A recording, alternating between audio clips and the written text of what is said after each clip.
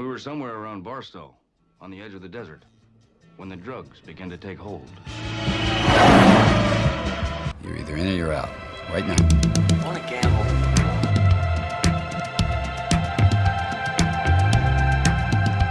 I never want to hear those words out of your mouth again. Gambling is not your problem. Has anybody ever told you before you're bad luck? Most gamblers, when they go to gamble, they go to win. Those were my mother's dying words. When we go to gamble, we go to lose. Show me the money.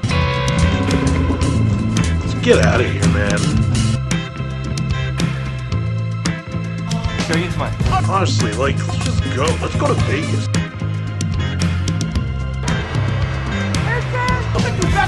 Jerry, I want you to say it what you would mean it, bro.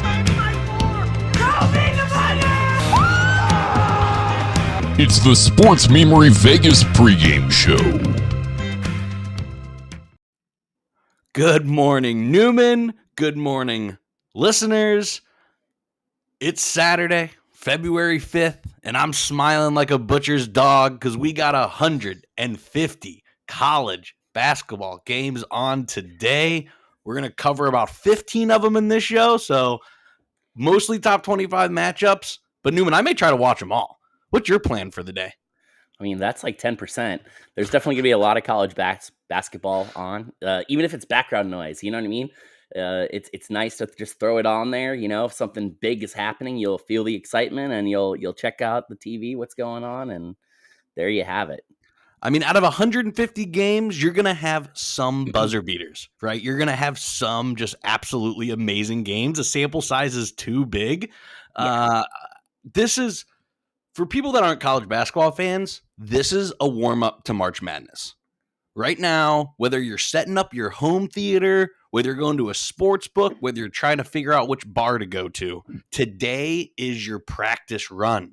So everyone listening, today is your practice run. Whatever you're doing, whatever your plan is, figure it out today because today's a great day to do it.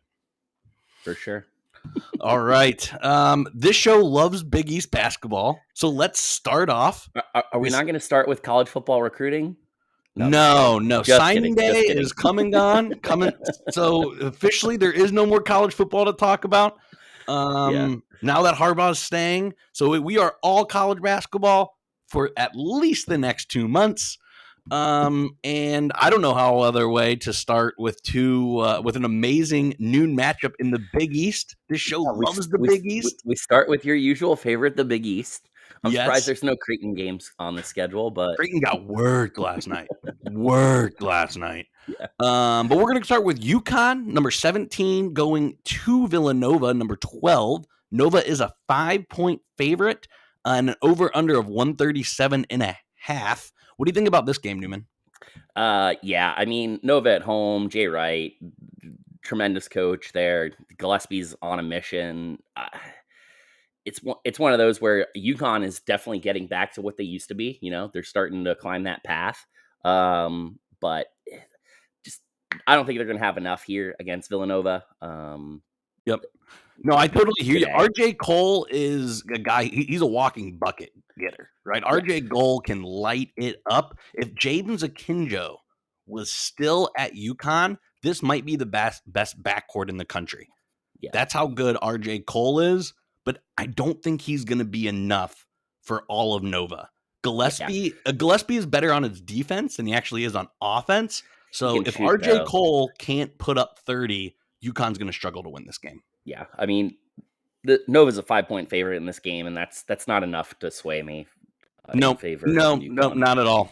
All right. I wanted to lead off in this game so bad, but I couldn't. I couldn't let my bias get ahead of me. There is a huge game, a border rivalry. Number 18 coming into the Assembly Hall. Newman, do you know why I call it the Assembly Hall? The Ohio State? I don't know. No, because Illinois also calls their basketball stadium the Assembly Hall. So we have the real one. There you have it. They have the fake one. But this game's all about the bigs. Coburn, going against TJD. There may not be two better big men in the entire country. This is going to be an absolute war in the paint, Newman. Yeah, I mean, it for sure will. This is probably going to be one of the best games of the day, which is kind of crazy to say on a slate as big as it is. Indiana already has an upset big at home against Purdue. So this is another, this one's not an interstate rival, but, Illinois is right there, right next to Indiana. Yep. And obviously Illinois has been really good the last few years. Indiana should be, pumped, amped. The facility should be rocking around and everything like that. So the bars look crazy. I'm so jealous my butt isn't going to be in that seat in Assembly Hall. Yeah, you're selling your tickets. If anyone needs them, holler at Brandon. Already gone. That post lasted about 7 minutes. They were a hot commodity. But in this game, honestly, it's going to be one where everyone's going to talk about the post, right? Everyone's going to talk about Kofi versus Trace out in the post, but this game's really going to be one out on the wing. And Illinois just, quite frankly, has better guards, have better wing players, and can shoot the three a little bit better. Indiana is good when it can get its defense rolling. It's got the top 10 defense in the country, number 1 defense in the Big Ten, but they're led by experienced guards, Andre Curbelo, Palmer from Stanford, Trent Frazier, who's like 28 years old. Illinois isn't going to let Indiana's defense turn points into offense. And I mean, Kofi's at least going to make Trace push, right? Trace is not going to be able to dominate this game. And Indiana needs those two things to really pull off an upset.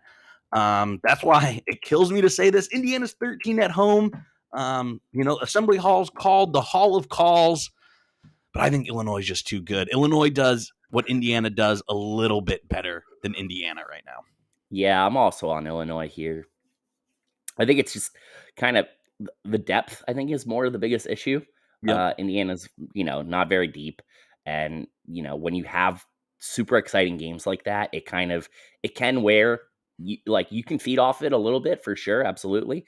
But it also, playing a game that long and without having the guys to sub in and stuff behind you that are giving you quality minutes, it can definitely take a lot out of you. Just the emotional output and stuff like that. So it does sometimes work to the disadvantage of the home team in those cases. No, I totally agree. I think this is going to be a really, really good game. I do, like I said, I just think Illinois does what Indiana does a little bit better. Brad Underwood has developed a great program there in Illinois. Too many good games to talk about, so it wouldn't be this show if I didn't talk about Tennessee. But we got number 22. Love them Vols. Number 22 Tennessee going into South Carolina. South Carolina is getting 7.5 points. The reason I wanted to bring this up, Newman, not so much because I want to talk about this game, but because the road team has won 12 out of the last 13 in this matchup. It's just one of these weird games that USC kind of has UT's number, if you know what I mean. So this is also a gambling show. So the reason I bring this up is avoid this game. This is a weird matchup. I know it seems like a good Tennessee team is playing a bad South Carolina team. 7.5 points is not a slam dunk. This is kind of like my avoid game, right? I think there's not really trap games like there is in football, Newman. But when I was doing my numbers, I think this just could be, a sneaky game. So what you're telling me here is that Frank Martin just has a significant coaching advantage against your boy Rick Barnes. And that does not surprise me. It wouldn't be this show if you weren't ripping Rick Barnes. That does not surprise me. So give me South Carolina at home getting 7.5 points. Yes. Frank Martin's a heck of a coach. He brought a not very good South Carolina team to the Final Four. Frank Martin is fantastic, and he's gone with the full shaved head, clean look. Like, he kind of looks like a villain. So he'll be Rick Barnes. He's a mafioso. He's a mafioso for sure. He'll be Rick Barnes' villain today. Let's jump to the Big 12, because if we're not talking Big East, we're talking Big 12. Right. And when it comes to basketball, we sure are. For sure. Number 14, Texas Tech, going into bygone West Virginia. The Mountaineers are getting 4.5 points. They're just almost pulled an upset on Baylor. Taz Sherman went absolutely nuclear for 37 points. But, man, Texas Tech might be my surprise team of the year, Newman. I think On the road, they get the job done in Morgantown. Yeah, I mean, we've talked about Texas Tech before. Obviously, new coach situation, but it's just it's a program that has built some stability there. Even without the coach, and they've got a lot of really good players. So they continue to win. I think that they will be able to beat West Virginia here today. 4.5 points is not enough to scare me off them. So I'd probably still lean towards Texas Tech. The other thing is, they've already played West Virginia this year, right? So it's not like they're gonna scare them or surprise them with the press. They can beat it. They have decent guard play, and this should be one of those matchups where I think Texas Tech can come out ahead. Yeah, I don't think home court advantage is an 8-point difference. Texas Tech won by 13 at home, and Bryson Williams is a stud. Bryson Williams is going to be a name you hear in March Madness quite a bit for the Red Raiders. I love McNeil. I love Taz Sherman, but yeah, the Red Raiders are too much. Give me Texas Tech. Let's stay in the Big 12. And we got number 20, Iowa State, kind of a slumping Iowa State recently, versus underwhelming number 23, Texas. If you're ripping Rick Martin, I'm ripping Texas. Texas is favored by 7.5 here. What do you got in Austin today, Newman? Yeah, I've got Texas at home in this one. 7.5 points is kind of a scary line there. So this is probably one I'd put much in if I'm betting on it. But yeah, I mean, Texas obviously took Chris Beard from Texas Tech, so he's a good coach. This is a team that should start hitting its stride a little bit. Iowa State is very up and down. 3-6 in the Big 10 and Big 12. Yeah. Not good. And they've kind of laid some duds lately. I just don't have confidence in this squad. So I'm on Texas. And yeah, I'll the 7.5 points, although scary, I'll give it to you for now. Yeah, I'm taking the points. I don't have the cojones enough to take Iowa State money line, but I am going to take the 7.5 points because I love Isaiah Brockington. Gabe Kalsher is a transfer from Minnesota. He's a 3-point specialist, and he lit them up last time. So give me the 7.5 points and Iowa State, mostly because Texas hasn't found their stride yet, and they've been atrocious against the spread. So I think Texas wins, but I'm taking the Cyclones to cover. Let's jump to the Big Ten here, and mostly because we've done this show now for about a month, Newman, and we haven't talked Purdue. And that isn't just because of me, because they really haven't played a big Saturday slate yet. They are hosting Michigan and giving 9 points. What do you think here? Can Purdue almost cover a double-digit spread at home? I mean, 9 points is a lot, but Michigan won the Big Ten last year, right? So Purdue should, with their hopes and their title aspirations that they have going this year, this is the team that they should have been focused on from the beginning. I think that they will be. And if Purdue has the bigs to match up with Michigan, which is not great for Michigan. So this is one of those where Purdue kind of does what Michigan does, but better. That's exactly what you have here. And I think that given the environment, the home environment and all that kind of stuff, and just Purdue's ability to score at will almost, I like them here. And I think that while 9 points is a lot, I'm willing to give it. Yep, for sure. Me too. This isn't too dissimilar from the Indiana-Illinois game. Hunter Dickinson, who was the Big Ten player of the freshman player of the year for Michigan's really good.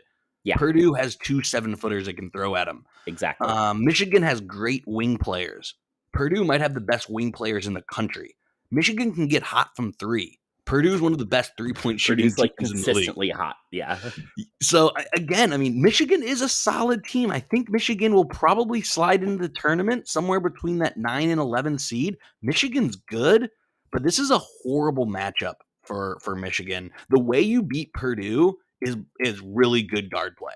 Their point guard isn't Isaiah Thompson isn't very good.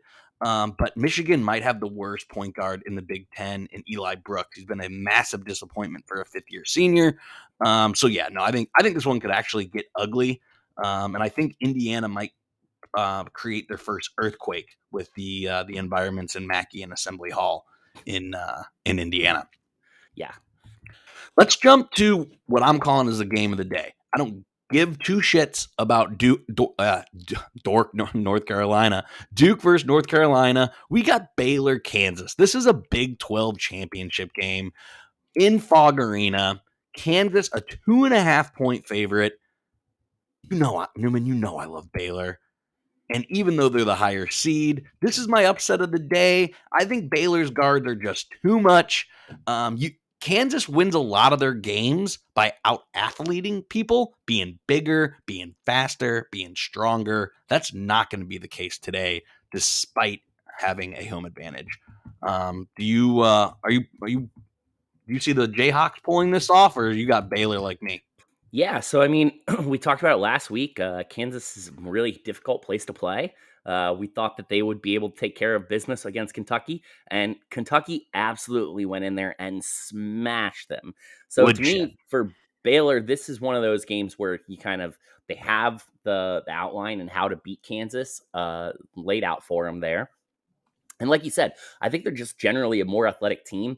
This is a really good Baylor team. They've been ranked number 1 team in the country. Kansas is, good, but not quite that good. So I'm going to take the better team getting some points, and it's just too easy for my opinion. Yes, I agree. I agree here. I can't, especially how Kansas has been playing. This has got Baylor written all over it. I love it. Real quick, going to jump back to the Big Ten. We don't need to spend a ton of time on this because this is Rutgers basketball, but we have number 13. How is this only 2 points? That's what I mean, Newman. That's why I brought it up. Number 13, Michigan State, going into Rutgers. This is the line of the day that I had to look on all three. I had to look at DraftKings, FanDuel, and Barstool because I couldn't believe Rutgers was only getting 2 points. This is my lock of the day. Is this yours, Newman? Yeah, I'm definitely heavy on Michigan State here. It's the thing about a Michigan State team is if you're going to get them, you're probably going to get them early, right?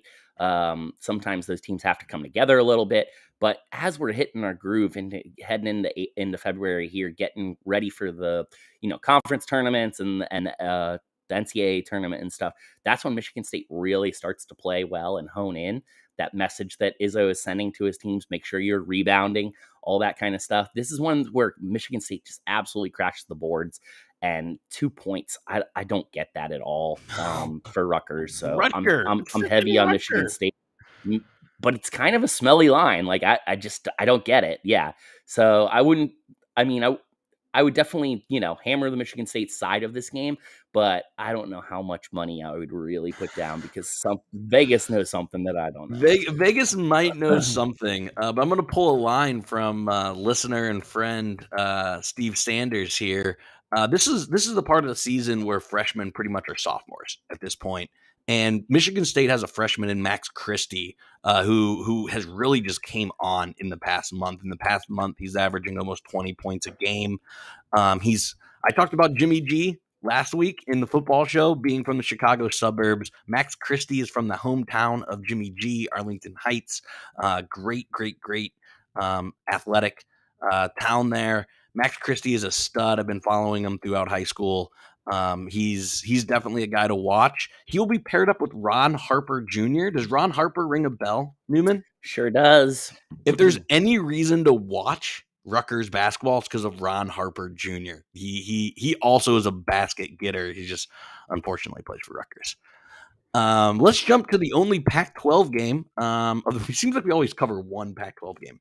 But it's on an early slate. So if you haven't had a chance to see USC or Arizona, they play at 5 o'clock today, I think. We got number 19 USC going into number 7 Arizona. Huge spread, though, Newman. 10.5 points. Say you. Yeah, 10.5 is too much for me here. I get that it's at Arizona, but this USC basketball team is really good. They're really well coached. They have one of the best players in the country in Mobley.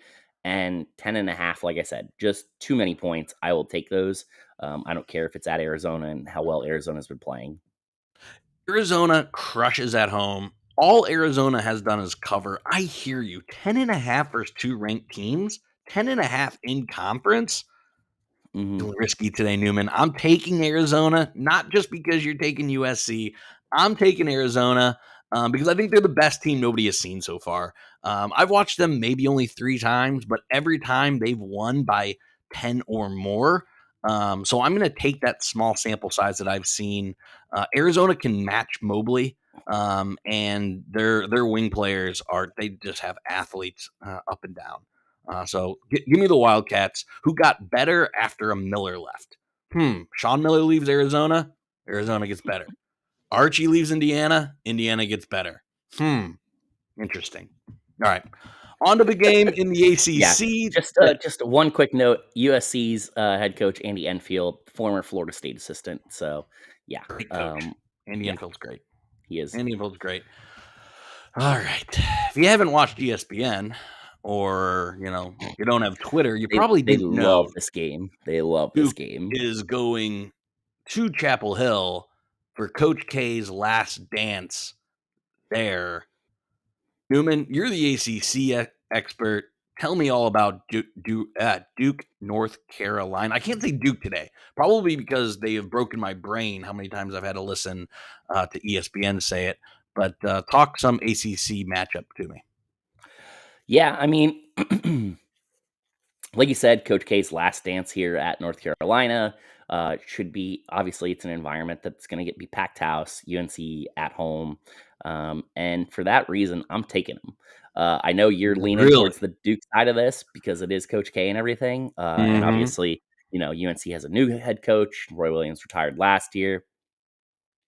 But we've seen Duke already go to a conference rival and lose on that conference rival's home court as Florida State sent Duke out with a loss. In Miami, right? Florida State and Miami. Yes, but I think that was actually at Duke.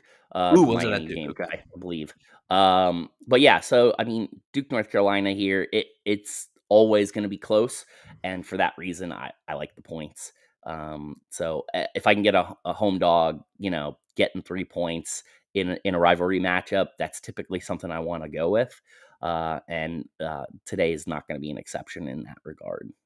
I think you just hate the Blue Devils. Man, I mean, I don't really like North Carolina either. You're doing this for Jackie. I get it. UNC has great parts. Caleb Love and RJ Davis should be the best backcourt in the ACC. They should be one of the best backcourts in all of basketball. Baycott is just, again, one of the best players in the country. And they're really good on offense. They score about 82 points a game, which is great. But they don't play defense. They have no interest in defense. I'm not sure what Hubert Davis is trying to do there in North Carolina. And you got to play both sides of the basketball if you want to stop Coach K and the Blue Devils. This isn't Big 12 football where you're going to outshoot or outscore teams. Give me Duke, even though I'm giving 3 points. I think this is going to be a great game because almost every single one of these games isn't ESPN always throws that stat up like they have like identical scores after a million times they've played each other. So I think this will be a great game because it always is. But give me Duke by maybe 5 or 6, and it comes down to kind of free throws at the end. So it's a nail biter. Just one more point here. Yeah. From watching Duke this year, what I've kind of noticed is that they don't really play great when they're physically challenged. And that's something that North Carolina absolutely has the horses to do. They do. I've seen like against Florida State, literally the whole team just went completely ice cold except for Banchero. And Banchero's great, but you cannot single-handedly carry a team in an environment like that to a victory for more than 3 points. I'm just not seeing that happening. UNC is going to punch them in the mouth, and we will see if Duke is able to get back up. But my money is on UNC to win this. Oh, I can't wait. I think they could win this game outright. I would not be mad at you if you wanted to take some UNC money line, especially given the plus juice there. Got it. Yeah, that's obviously going to be the marquee game of the day. We do have a few more here that I kind of just want to go through kind of quickly. The first one is Penn State, Wisconsin. Wisconsin giving 8 points at home. The reason I want to bring this one up is I'm sure, Newman, you probably haven't watched any Wisconsin this year. I'm sure a lot of people haven't watched a lot of Wisconsin this year because they're boring. They play one of the slowest paced games. They don't normally play, a lot of marquee matchups. But there's a kid named Johnny Davis who's a first-round guy. He's very similar to Io DeSumo last year for Illinois, who's killing it in the NBA right now. And this is the best Wisconsin team since their Final Four. So if you haven't watched any Wisconsin this year, watch them, because I bet a lot of people choose Wisconsin to get upset in March, and you shouldn't. This is a really good Wisconsin team. In this game in particular, I think they beat Penn State by 20. Yeah, I don't think Penn State's very good, so I'm on Wisconsin here. This is basketball. Again, this is our show, so I choose what games we do. Number 25, LSU, First Vanderbilt. LSU's not any good.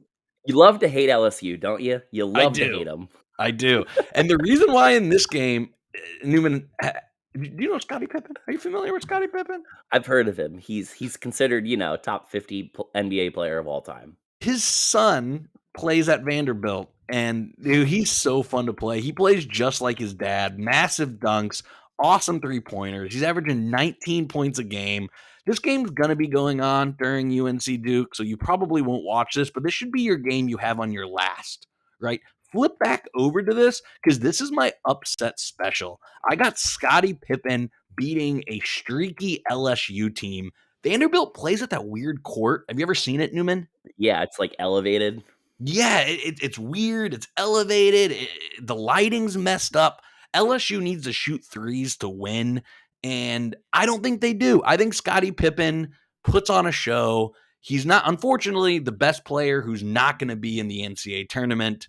But if you haven't had a chance to watch Scottie Pippen Jr. play, you're missing out, because he's a great player. Scottie Pippen might drop, 30 or something in this game, but I'm still going to take LSU despite the 4 points.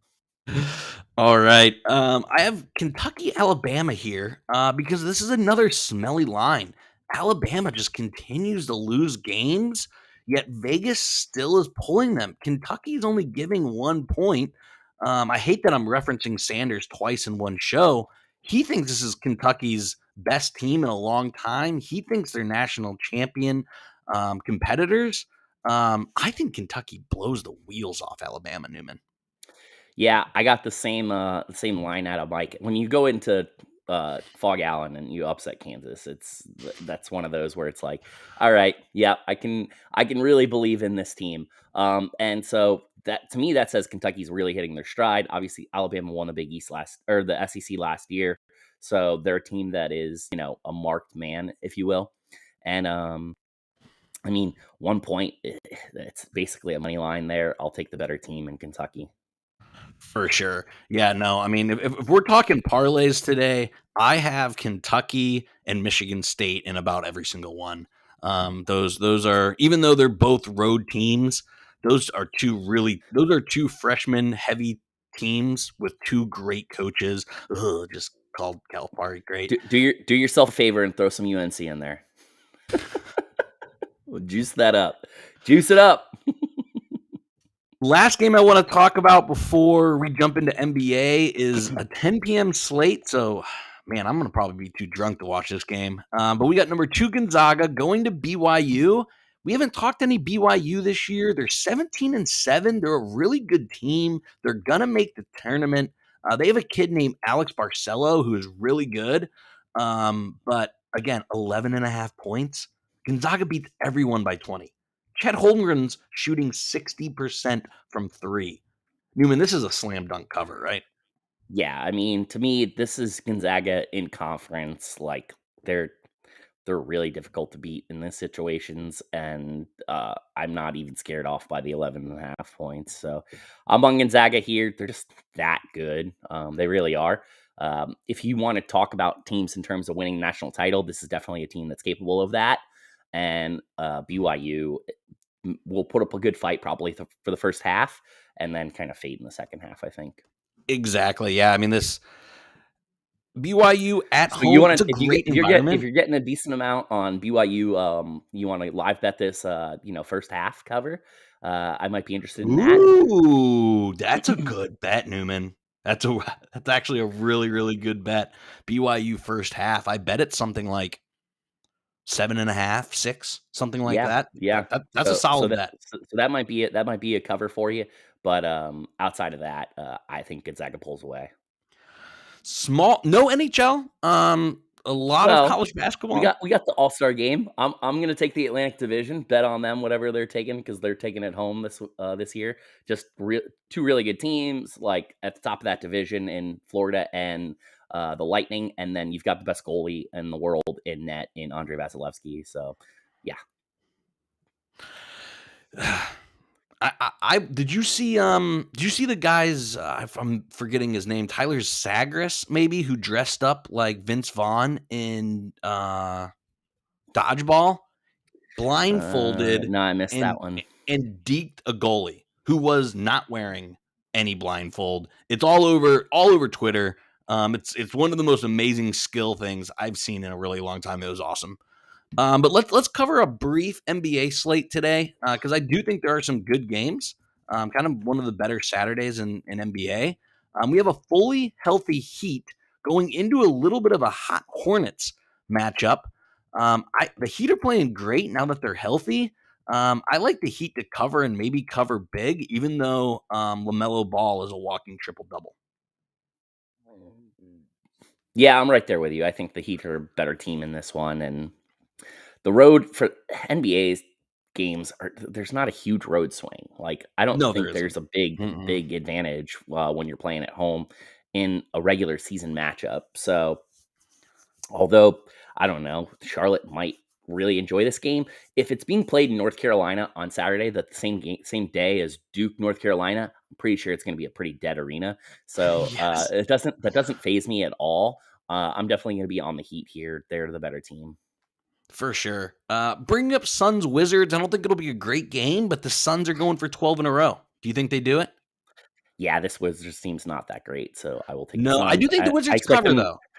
I don't think they do, man. I really don't. The Suns are just that good of a team. Plus, you got Chris Paul. Like, he just is one of those guys that doesn't let a team really face those lags, right? Like, Yep. and there's no lull with him whatsoever. Exactly. And as old as he is, he's still so fucking good.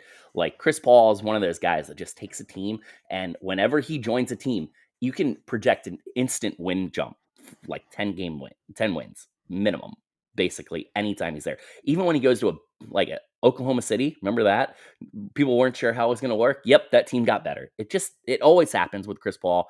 And this Suns team is no different. Obviously, they made it to the NBA Finals last year, and the Wizards do not have a guy that can really match up with Chris Paul. Absolutely not.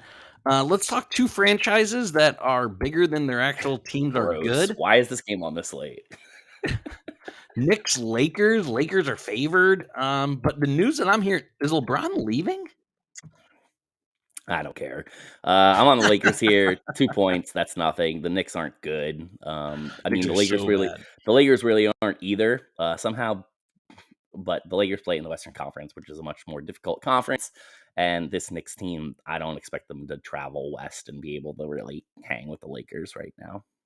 No, let's go to a game you do care about. The last one of the day. I saved it for you. You know I have a special place in my heart for Wake Forest. Your Seminoles are hosting Wake Forest. Seminoles are a 3-point favorite.